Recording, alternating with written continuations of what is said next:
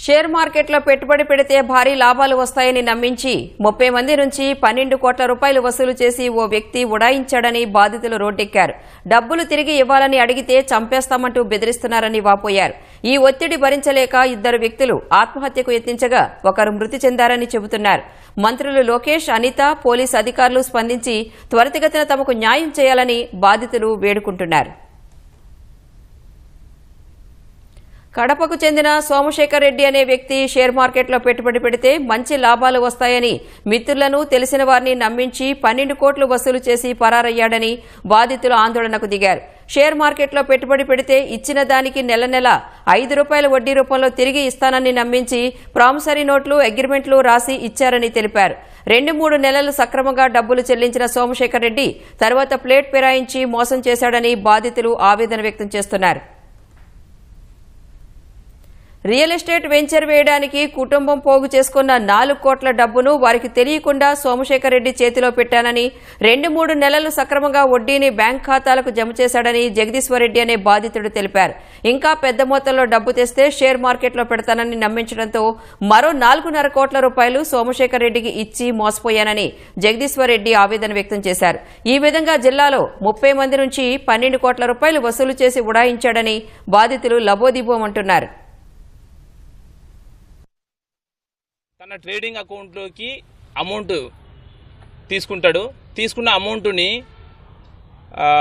వాళ్ళ బ్రదర్ గంగిరెడ్డికి, అలాగే నిరంజనారెడ్డి అనే తన స్నేహితురాలకి అమౌంట్ను పంపిణీ చేసేవాడు ఆన్లైన్ నుంచి.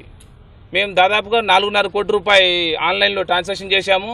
క్యాష్ రూపంలో 4 కోట్ల పైన ఇచ్చాము సోమశేఖర్ రెడ్డికి. తర్వాత ఏమైందంటే మేము డబ్బు అడిగే కొద్దీ తను ఇప్పుడు ఇవ్వలేను, తర్వాత ఇస్తా అని చెప్పేసి పోస్ట్పోన్ చేసుకుంటూ వచ్చాడు టయాన్ని. చివరికి మా అవసరాల కోసం మేము డబ్బు అడిగినా ఇవ్వలేదు.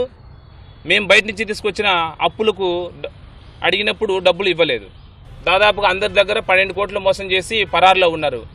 మంత్రి నారా లోకేష్ గారు కూడా మేము రిక్వెస్ట్ చేస్తున్నాం సార్, అలాంటి మోసగాళ్ళను పట్టించి 35 మంది కుటుంబ సభ్యులందరికీ కూడా మీరు న్యాయం చేస్తారని కోరుకుంటున్నాను. నా దగ్గర, నా ఫ్యామిలీ దగ్గర, నా మిత్రులతోనూ, నా బంధువులతోనూ ఇన్వెస్ట్మెంట్ చేయించినారు. 8.5 కోటి వరకు నేను వాళ్ళకు డబ్బులు ఇవ్వడం జరిగింది. ఆన్లైన్ ట్రాన్స్ఫర్ 4.5 కోటి వరకు చేశాము. వాళ్ళ అమ్మ, వాళ్ళ అన్న, వాళ్ళ తమ్ముడు ముందరనే డబ్బులు ఇవ్వడం జరిగింది.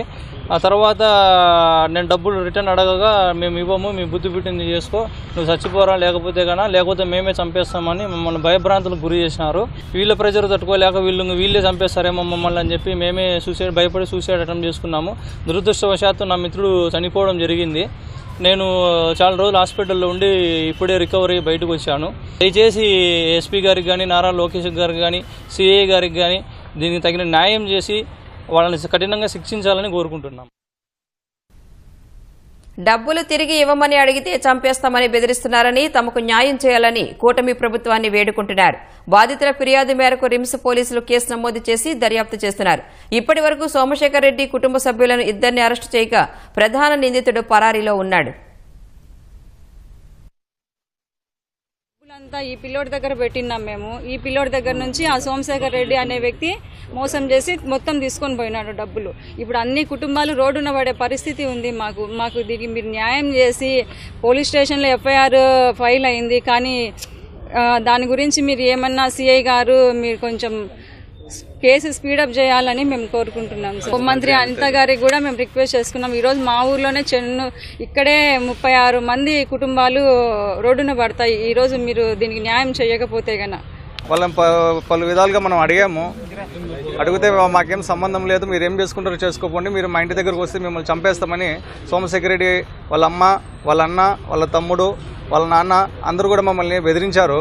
అలాగే ఈ సోమశేఖర్ రెడ్డి కూడా కొంతమంది దగ్గర సాఫ్ట్వేర్స్ ఎంప్లాయీస్ దగ్గర వాళ్ళకు లోన్స్ ఇప్పిస్తామని చెప్పి ఆ లోన్స్ డబ్బులు కూడా తీసుకోవడం జరుగుతుంది. ఆ అబ్బాయి బ్యాక్ డోర్లో సాఫ్ట్వేర్ జాబ్స్ ఇప్పిస్తామని అలా కూడా ఫ్రాడ్ చేస్తున్నాడు.